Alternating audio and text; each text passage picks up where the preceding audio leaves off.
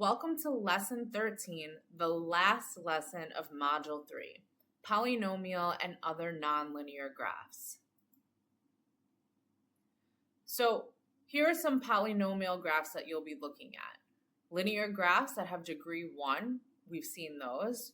Quadratic graphs, they have degree 2, we've seen those as well. And cubic graphs that have degree 3. We haven't taken a look at those yet.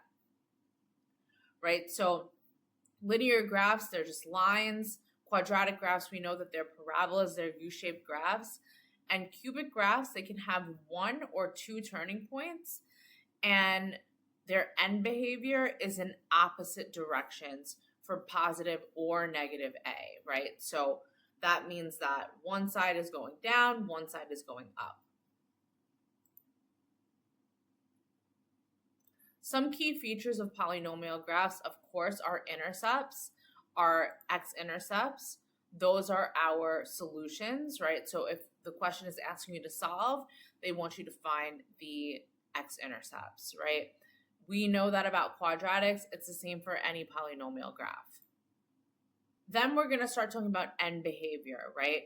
That is how the graph behaves on both sides, on both ends, right?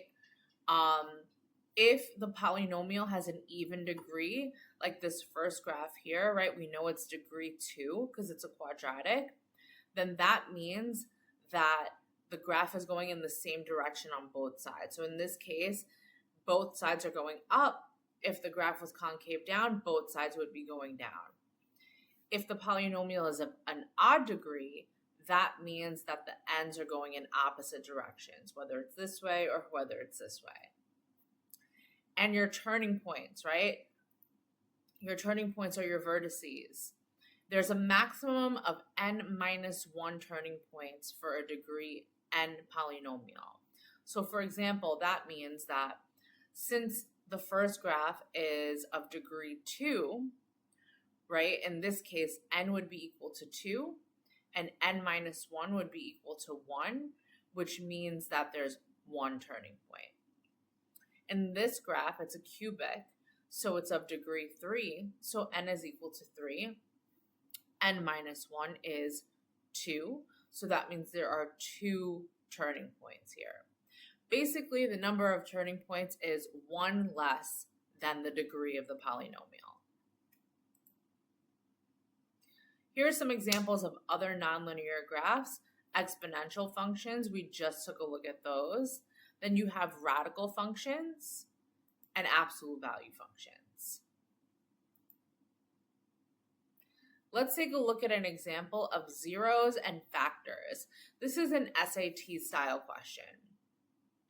If x minus 1, x minus 4, and x plus 1 are the factors of f of x, what is the value of f of negative 1? Well, you could just substitute negative 1 in for all the factors and multiply them together, or you can use strategy here. Now, they're asking for f of negative 1. I see one of the factors is x plus 1, right? I know that negative 1 plus 1 is 0. So that means f of negative 1 is 0, right? If x minus 1, x minus 4, and x plus 1 are the factors of f of x, that simply means that f of x is x minus 1 times x minus 4 times x plus 1.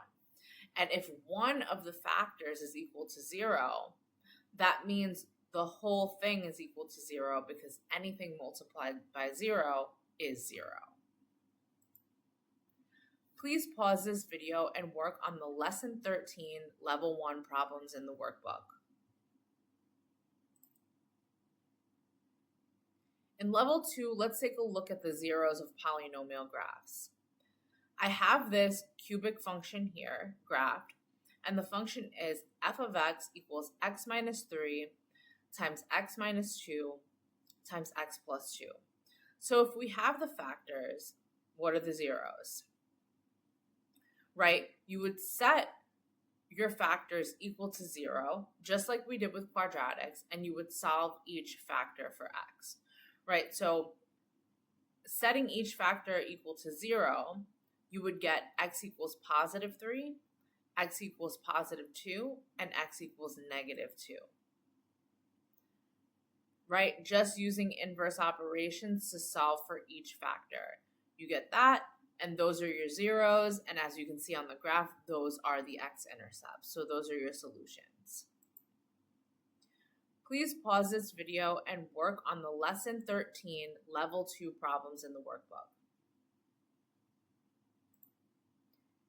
In level 3, we're going to take a look at what's called the polynomial remainder theorem. The polynomial remainder theorem states this: if the polynomial f of x is divided by x minus a, then the remainder is f of a.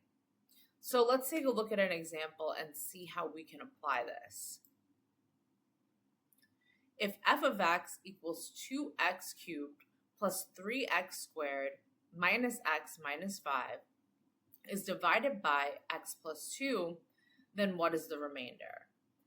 So yes, you could use long division, you could use synthetic division, but if you know the remainder theorem, the work becomes much easier. So first of all, we need to know the value of a, right? Because the remainder theorem states that if the polynomial is being divided by x minus a, then the remainder is f of a. So a equals negative 2. Remember, the remainder theorem said if it's divided by x minus a, again, the opposite sign of what's being done to x. Since it's x plus 2, that means a equals negative 2. So let's evaluate f of negative 2 by substituting negative 2 in for x. You can just put this into the calculator just like this and evaluate, and we get negative 7. So f of negative 2 equals negative 7, which means that the remainder is negative 7.